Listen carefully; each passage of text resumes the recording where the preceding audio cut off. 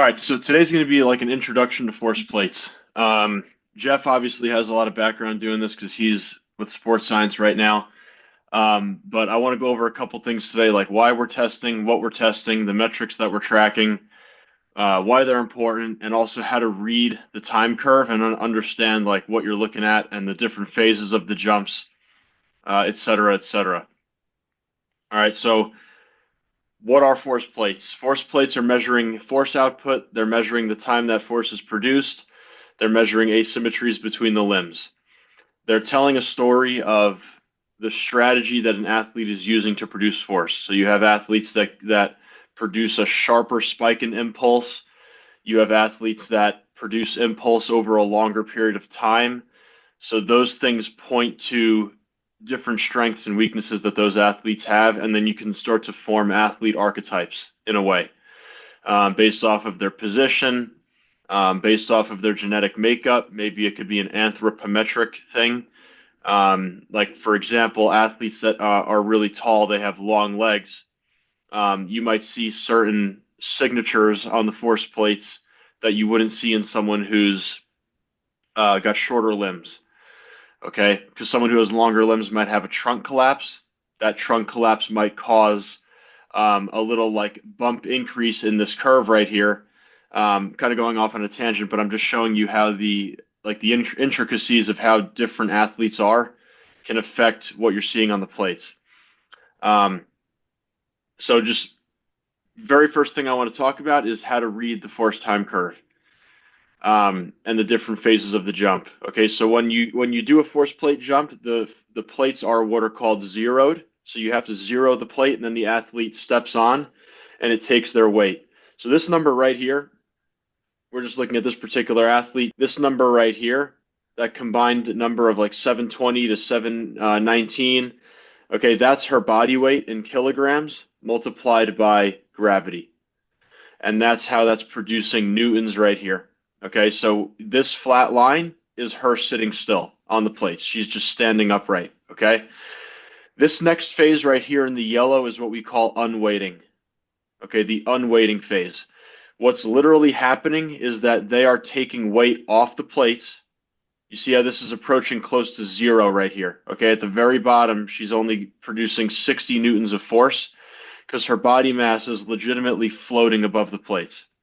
Okay, now once she crashes down and she starts to bear that load eccentrically, you enter this red zone, which we refer to as braking, or this is the eccentric duration. Okay, so you have standing idle on the plates, followed by unweighting, followed by eccentric rate of force development, or the braking phase. Okay, I'm going to show you this visual right here, velocity. Okay, the end of this intersection right here. Okay, so velocity here is, you can see the velocity curve on the right. Velocity on this line right here is zero. Okay, velocity is a direction specific, it's a direction specific vector, and metric. So as the athlete's going down and they're unweighting, their center of mass is descending, they are traveling at a negative velocity. Okay, but as they start to develop that rate of force development, now they're slowing down. They're still moving in the negative direction, but they're slowing down because they're approaching zero velocity, we call it. So this is like the peak velocity they're going to experience going down.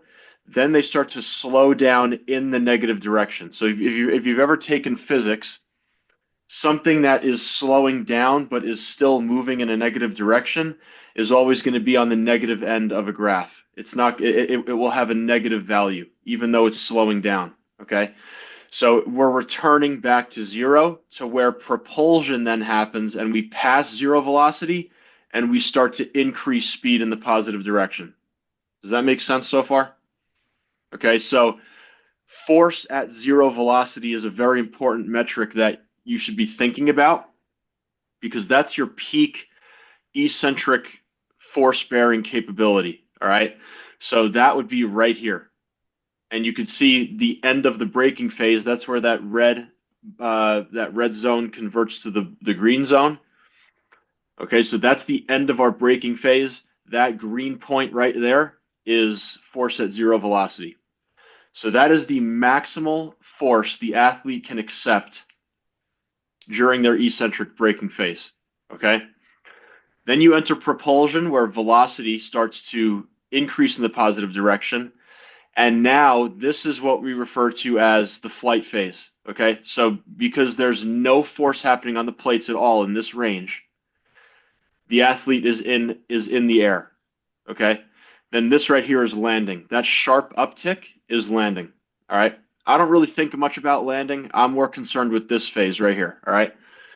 Some people look at landing metrics, like if you have an injured athlete and you're looking at their ability to absorb force at landing, it could be a valuable thing to track. But for my purposes, I don't really look at it much. Okay, so right here, this is peak velocity right here. Okay, moving in the positive direction. So that's right before we leave the plates. Okay, you guys see that? Once we leave the plates, we enter flight phase. The second we leave the plates, gravity is now acting on us, pulling us back down in the negative direction. So here, look up here. So we're at zero and we're now in the positive direction. Like I said before, okay, if we are increasing back towards zero velocity, but we're still on the negative side of this graph, that means we're still moving in the negative direction. So right here, we're still moving in the positive direction, but we're slowing down. That's why velocity is dropping. Okay, does that make sense? All right, so then Yep. we return back, and now we're starting. Now our center of mass right here is starting to move back down in the negative direction before we land. Okay, so that's how like velocity changes throughout the curve. And then you could look at displacement too to even make even more sense. So this green line is displacement. Right here, we start our descent, our eccentric braking phase. You can see the center of mass drops. As we leave the plates, our center of mass is now rising. We reach peak height, and then we descend back down and land again. All right. Power, I'm not going to get into that. Okay, so does that make sense so far, how to read the curve? Yeah, for sure. Okay. There's more to that, but those are the basics. That's just what I want to take you through today, just to show you some basics right there. All right. I want to go into first of all why we're testing. Okay, and then I'm going to talk about some of the metrics that we're looking at. I think the number one reason you should be testing is to see if your program's working. Are you raising raw physical outputs? Are they jumping higher? Are they producing their force faster? Are they accepting more eccentric load? Is their peak power increasing? Is their impulse increasing? What are the asymmetries that they're presenting with? Okay, how can these asymmetries hurt their sport performance? Or maybe the reason they're so good in their sport might be because of an asymmetry. Okay, I know from my experience, I ran thousands of jump trials on baseball pitchers for the Royals for 2 years, and almost all of our pitchers, their lead leg, their blocking leg was the stronger leg. Some athletes, their drive leg is stronger. Okay, so why is that? Like we're looking at why those asymmetries occur to help us make better decisions in the actual exercise selection sometimes. All right, so let's go back to move this out of the way, and we're going to go back to the metrics that I actually look at. We'll just look at my jumps right here. All right, as you can see, I'm currently trending down in a couple things. Let's see. Okay. So if you guys want to write this down, these are just the things that I record. Okay. I'm looking at jump height, and I'm going to tell you right now, jump height's actually the least important thing on this entire chart. Okay. Jump height is just measured in meters, or you could do it in inches. I like to use meters or centimeters. Okay. I'm then looking at positive net impulse.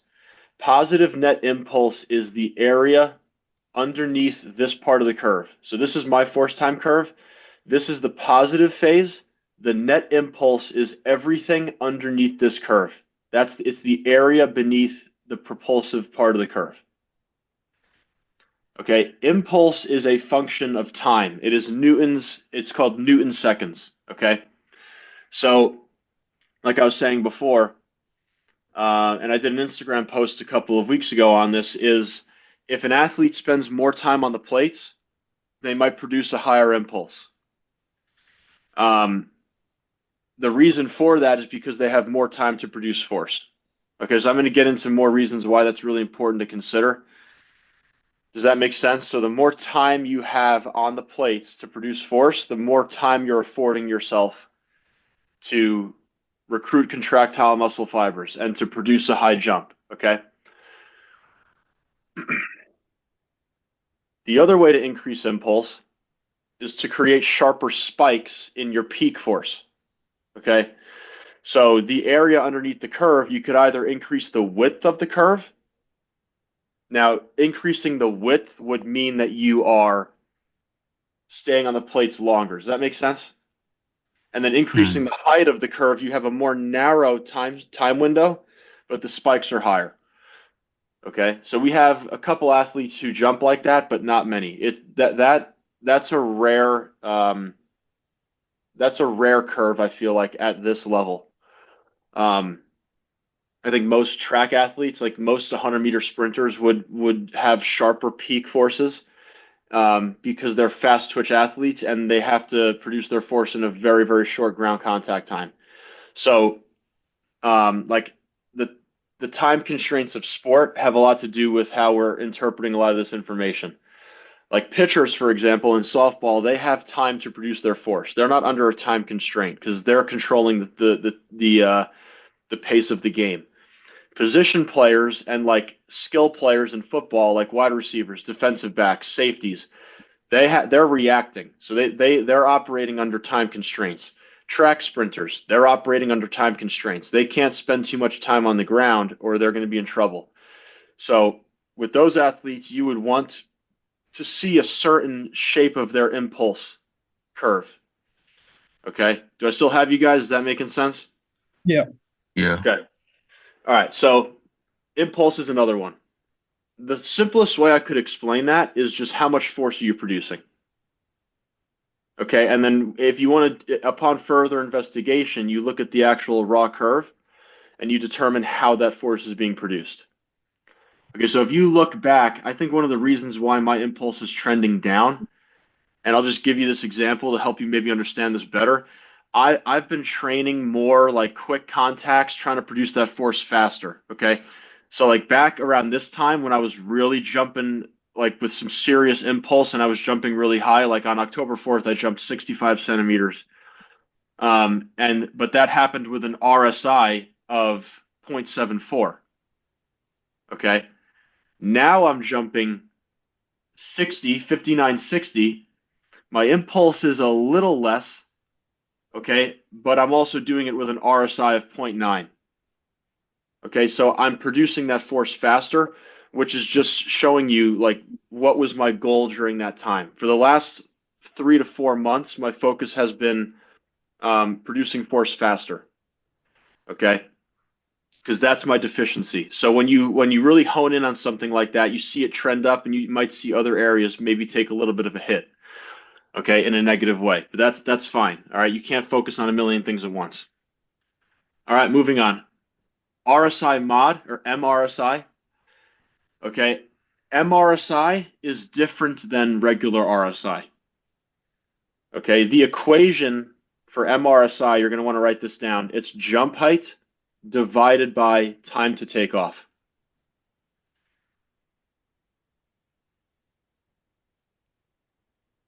RSI is different. RSI is jump height divided by ground contact time. Okay, so I use MRSI because a CMJ, a counter movement jump on the plates, is not a true plyometric because there's no I mean there is an amortization phase, but it's not like you're falling from a height and you're trying to minimize your ground contact. Okay, that's not really what the CMJ is measuring. It's measuring time to take off, which is time to take off, if you look at this curve, it is the second you initiate this jump right here. It's the second you initiate unweighting to when you leave the plates. So all it's measuring is how fast is your nervous system accepting eccentric load and then converting that free energy into a concentric propulsive output. Okay, so it's the very moment and millisecond that you start unweighting to when you leave the plates. That's time to take off. Okay, ideally, you want that to get faster or go down. If it's going down, that's a good thing. Okay, you want that to happen faster for most position players in softball, in baseball.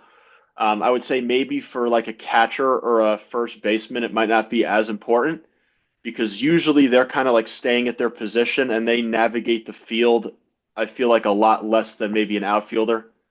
Okay, so and you'll also see like different archetypes of those position players where they don't really have the elastic capabilities that maybe an outfielder has, but that's why they're playing the position they are. Okay.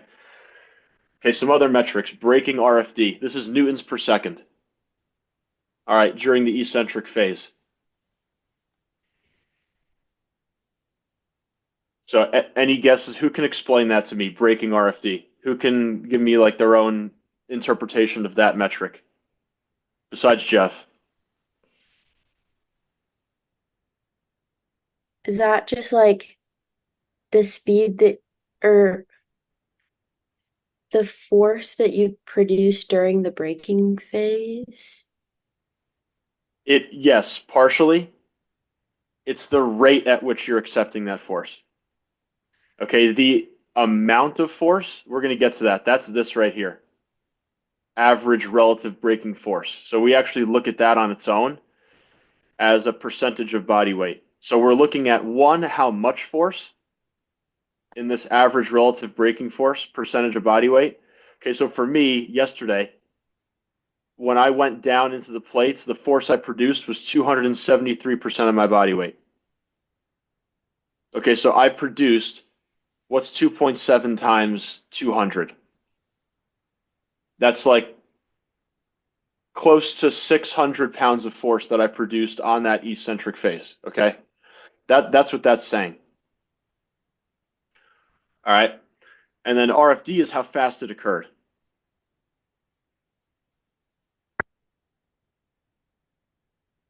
All right, moving on, we've got counter movement depth. So counter movement depth, this is why this is important because it's going to show you how long the time to takeoff was. Okay, usually if your counter movement depth is deeper, so this is a negative metric if you guys see here. Now, why is it negative? Why do you think that the depth is negative right here? It's a negative value. Why is that? Jeff, you can answer if you want to. Why is this number here for counter movement depth a negative value?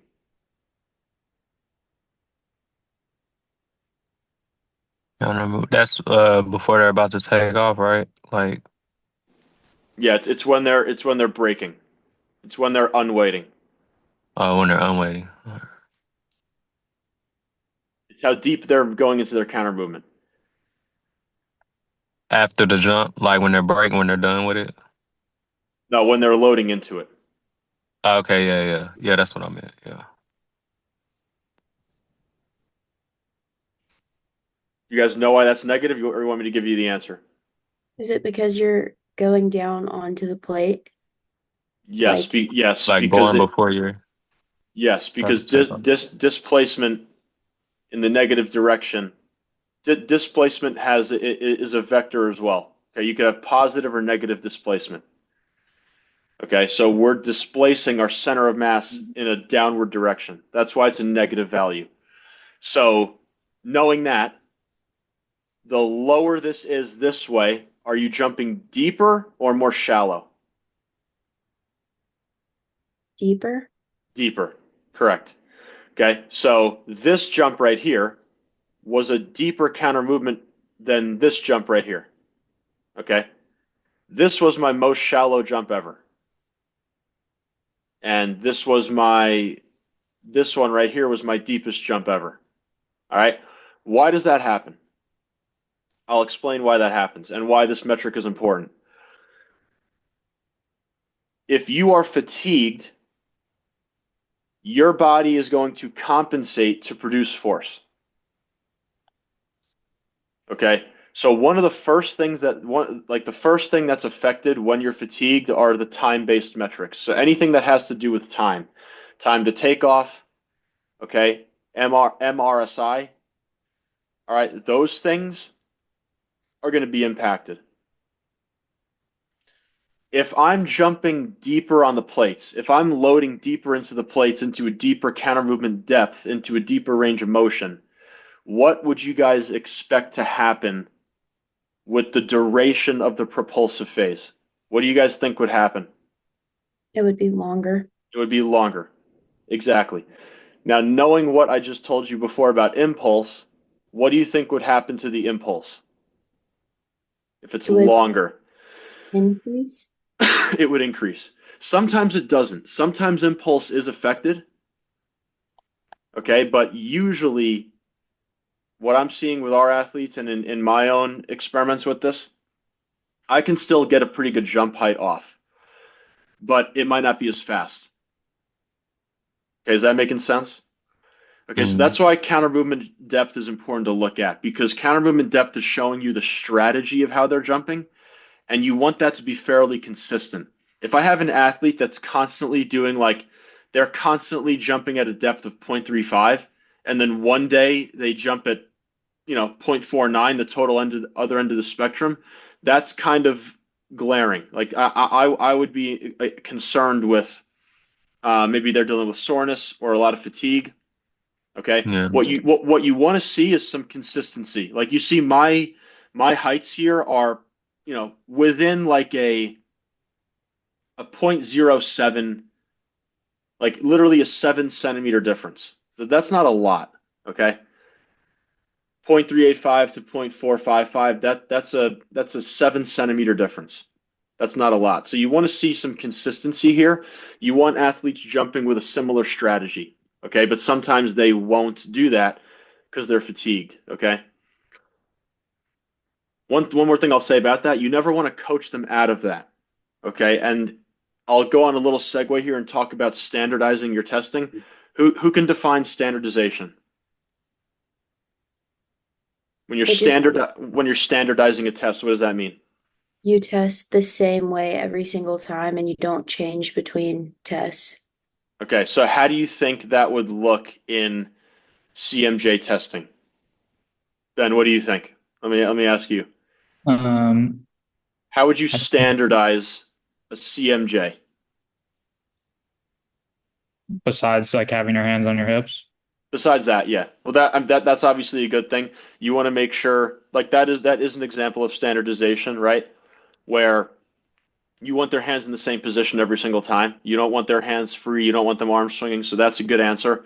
There's more to it though. Well, if you mentioning like not coaching them out of it, then I would just have them jump exactly how they jump. Like just Okay. That's kind of what have your I'm hands getting on your at hips here. and Yeah. jump. Like I, Yeah. Yeah. That's what I'm getting at here. So that's what you want to do. You want to teach them how to do it once, and you don't want to teach them how to do it again. Okay. So once they understand what you're asking of them, you just let it go. Okay. So I haven't told my athletes how to jump since August. Okay. When I introduced the test for the first time. All right. So that takes any gray any like gray area out of it. Um, the way that I teach it is I want you to go as fast as you can down and as fast as you can up and push as high as you can. Like attack the plates, drive off, jump as high as you can. Okay, another way, okay, jump as high as you can, as fast as you can. Okay, because some athletes will not understand the value or the merit of loading into the plates fast, and like, but they don't know any better. So you want to teach them um, to load into that braking phase quickly. All right. Any more questions on CMJ depth? Okay. Well, moving on, we just got a couple more. Okay, you have the average relative braking force. I kind of just went over this. You need me to touch on anything else here? So this, again, this is the amount of force, and this right here is the rate of that force, okay? Next one is peak relative propulsive power. All right, so this is watts per kilogram. Okay, what's watts? What's the equation for watts? Watts is basically work done over time. Okay, Work over. it's work would be like the change of displacement of your center of mass. That's the work that's happening here. Okay. So how quickly is your center of mass changing direction over a certain time interval? Okay. And then we normalize it by making it a function of your body weight. Okay. So if you're heavier and you're moving your body at the same speed as someone who's lighter than you, who's producing more power? Let's say that I'm 50 pounds heavier than one of our athletes, but we're moving at the same exact speed. Who's producing more power? You are. That'd be you, right? If you, Me. yeah. Yes, exactly. Okay. So I'm looking at this as a function of body weight. There's another way to look at it, which is just peak propulsive power, which is not going to give you, it's just going to give you watts. It's not going to divide it by body weight. So that kind of gives us a way to look at like relative differences instead of just like the straight up output. Because someone who, like I said, someone who's heavier is going to produce a lot more power than just raw power than someone who's like 120 pounds, 130 pounds. So you divide it by body weight to get a more normative value.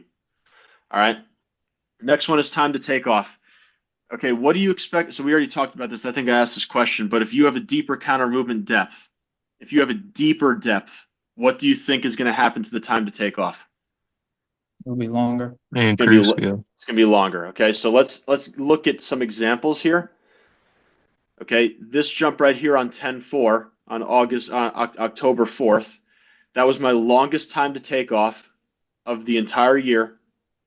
Okay, it was okay, yeah, right here. It was one of my lowest counter movement depths, and if we scroll up to jump height, it was my highest jump height of the entire year.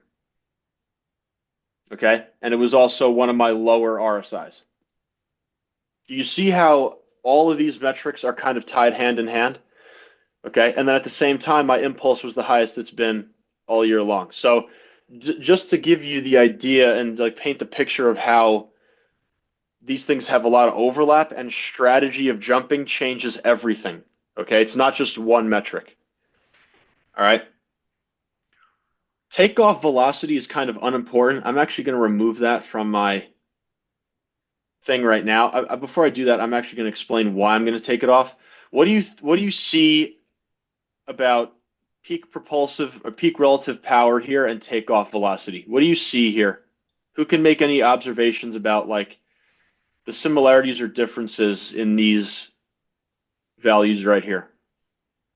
They both look the same. They're pretty much the same. Okay, because the more powerful you are at that takeoff, the higher your takeoff velocity. So takeoff velocity is kind of obsolete. I'm going to remove that right now from my dashboard because it's kind of a waste to look at. Okay, and the last two that we have, you've got left to right average braking RFD percentage. Okay, so this is looking at the difference between the legs during the braking phase of which leg is taking on more load. Again, this is something that is it's a strategy thing. You want to see fairly consistent numbers over time. If I have an athlete who tends to be around 0% difference, like me, like my average is literally 0. I have no asymmetries going on really. Okay. Now you might have a little bit. It's impossible to be right on the money on 0. You know, you're always going to have, you know, favoring the right leg a little bit, favoring the left leg a little bit. But if you have like, okay, one day you're 2%, negative 2%, 5%, and then one day suddenly it's 40% on one leg, that is a situation where I would say, okay, maybe there's, okay, like patellar tendonitis. let's use that as an example. You might expect their uninjured limb or the limb that's feeling better to take on more of that load.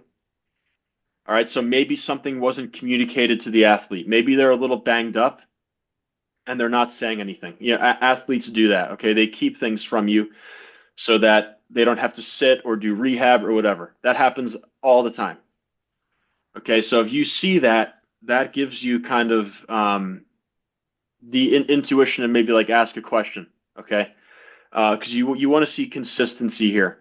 Another powerful way to use this breaking RFD metric is if you have a real injury and the athlete is returning to play.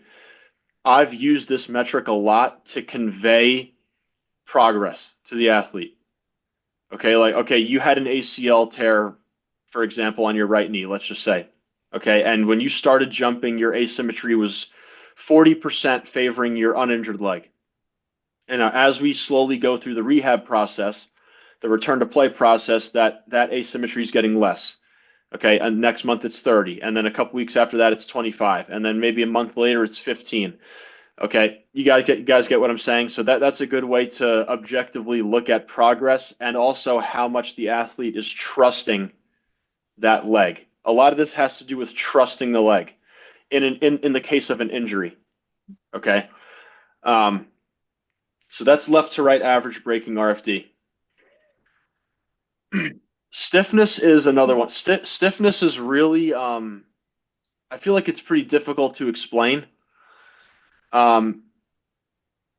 Stiffness is more looking at, like, on a central nervous system level, how quickly does your center of mass change direction?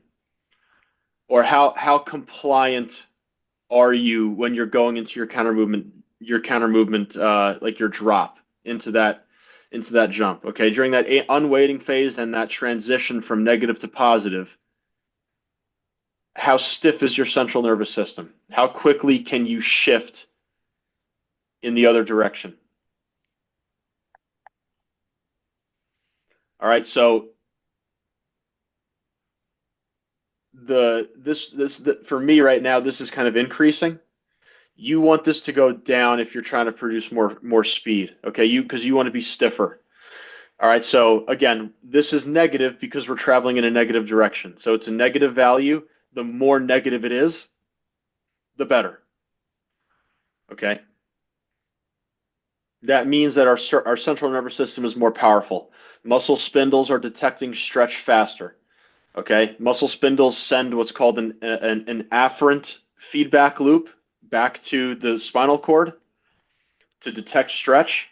And then the central nervous system at the level of the spinal cord at that vertebrae sends what's called an efferent current, or transmission of energy, and other neurotransmitters like acetylcholine to convey the message to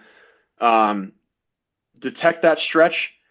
One, to activate agonist muscles or antagonist muscles to slow down movement, and also potentiate contractile fibers to produce a greater concentric output in the other direction. Okay, so the more stiffness you have, I think the more powerful that feedback loop. Okay, from muscle spindle and your soft tissues and all your connective tissues detecting stretch, sending that back to the central nervous system, and the CNS then using that energy and that stretch to produce a high output. All right. So we talk about things like, you'll hear about these terms later in your career, or maybe you have already heard of them, but things like force dampening or inhibition. Those things are where the force that you're loading is exceeding really your body's capacity to use that as free energy. So it's gonna dampen that force and disperse it across different levels of your muscle tissue, and it's not going to be stored in your tendons and your elastic fibers to then help you jump higher. Okay, so stiffness is also a measure of, like, how strong is the series elastic component of your muscle tissue. Okay, the series elastic component refers to the tendons and, like, the musculotendinous junction, where the muscle meets the tendon and then the tendon feeds into the bone. Okay, so it's very conclusive in the research when we're doing a CMJ. and you're jumping at high speeds, the series elastic component is contributing to a lot of this power. Okay. Yeah, I think I'll just stop with that. Does that make sense? I just kind of went on a decent tangent right there, but any questions with that? No? No. Okay. I'm going to stop with that for today. Next time we talk, we're going to look at a different graphic, which is this right here. This is called a profile report, which is showing you basically standard deviations. Okay, standard deviation is going to clue us into like how far above or below a metric is from the average output. Okay, so there are kind of thresholds to determine like how fatigued someone is. Like if I have an RSI that's -2 standard deviations of my average, that's pretty fatigued. Okay, but if I'm like +2 standard deviations, that means I'm firing pretty well. So like just to give you a brief synopsis, if you go down to this day right here, I jumped 65 centimeters. That's on 10.4. I keep using that example. You go back 10.4. Okay, there it is. There's that jump height bar, and they're color coded right here to know what I'm looking at on this particular chart. But jump height's pretty high, and Hawken is really good because it calculates what one standard deviation means for you. Okay, so one standard deviation for me is 2 centimeters or 0.02 meters. Okay, so if I go down and I know, okay, one standard deviation equals 0.02 meters. If I go down and look at that, on that day I was 0.06 meters above my average. Okay, if I go back, 0.06 divided by 0.02 is 3. So on that day, I was a whole 3 standard deviations higher than my average. That's pretty legit. Like that's like crazy PR. Okay, does that make sense? But if you look at my time, if you look at my time to take off, look how low that was. Okay, so let me go down to time to take off. Okay, here's that. One standard deviation is plus or minus 0.1 seconds. On that day, it was 0.22 seconds. So that's -2 standard deviations from my average. So that's pretty bad. Okay. So there was a massive trade-off there of favoring force versus favoring speed. All right, does that make sense? Mm. Okay. Are you absolutely sure? You guys can ask any questions you want. Well, I'll end right there, and I'll take any questions. It could be anything. Anything come up? I would imagine you guys have at least some, or maybe not. Yeah, a lot of these questions I've asked before, but when I'm working with sports science, I don't really like I do most of the leg work, but I don't really look at data too much. So this was good to go over Good. and actually see, just go more into depth. Like I've heard a lot of stuff before, but like I said, most of the time I'm not really analyzing the data. We got like other people for that and stuff. So Yeah. yeah. So like you were saying that there's like kind of trade-offs, like if you like increase one metric, you might decrease another. Do you have to kind of just like focus on one at a time to try and make them all better overall? You know what I Well, no, mean? not, yeah, I mean, not exact. It depends how advanced you are. Like, let me show you this athlete. Okay, what do you see about this athlete?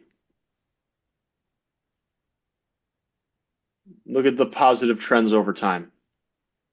She's trending up. Everything got better. Yeah. So like this, everything's getting better. One, because she's young. She's not trained at this level yet. We're training her differently than she's ever trained before. That's one reason. Okay. The biggest reason is that the more advanced you get, the more saturated you have to deliver stimulus to one particular quality. It's really hard for me to develop maximal strength and maximal sprint speed at the same time because I've been training for 11 years. and I'm already sprinting really fast. I'm already really strong. So to continue moving that needle, you have to get a little more hyper specific. So when you focus on one thing, you sacrifice the development of another. Now you can develop things concurrently, like at the same time. Okay, Elise and Jeff, we talked about concurrent training back in the fall when we talked about Mladen Jovanovich's work. You guys remember that paper that we went through? Yeah. That like 32 or 33 page long article. Yeah. But what you do in that case is you deliver retaining loads or retention or maintenance loads to those qualities to keep them from plummeting. Okay. One of the reasons, I'll go back to my chart here. One of the reasons why okay, where am I going here? Trend report. One of the reasons why my impulse plummeted so much here, I was like so hyper fixated on sprinting fast that I completely forgot about strength. I did a really bad job with my own programming, administering enough retaining loads to keep my impulse high. Okay, but you see my RSI rose. Okay, you see that my time to takeoff was dropping. So I was attacking the right metrics and I was developing them well, but like my overall force producing capabilities kind of dropped. Because I didn't give my body what it thrives on. Like I'm definitely a strength dominant athlete, and I was trying to convert myself to like a speed side, which is good and that's great, but you also have to understand like how your body produces force. That's why I'm showing you these curves, because this is a pretty long propulsive phase.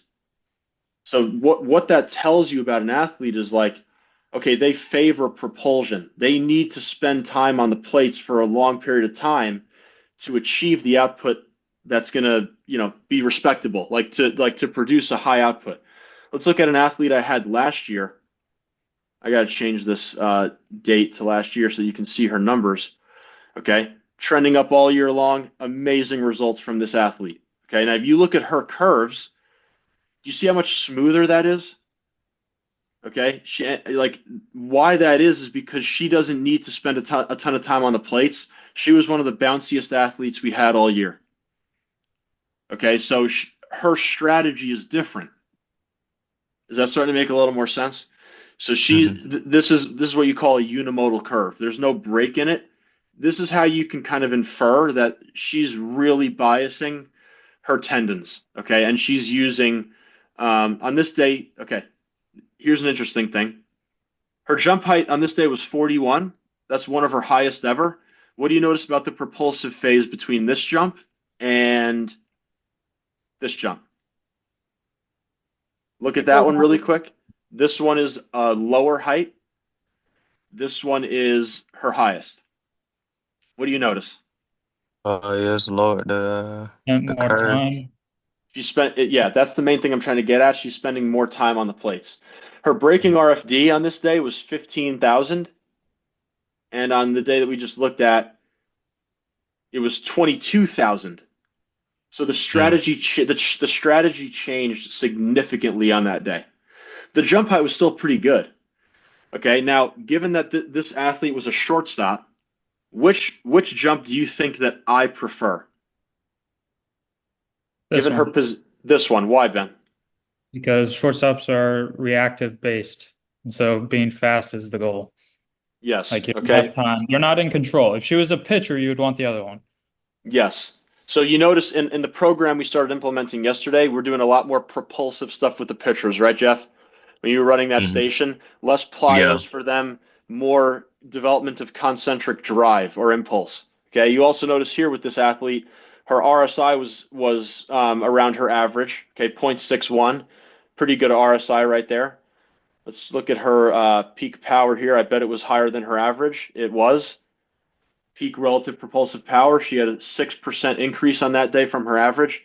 Okay, so there's a lot of nuance here, guys, but I think it's making pretty good sense. Does that answer your question there, Elise?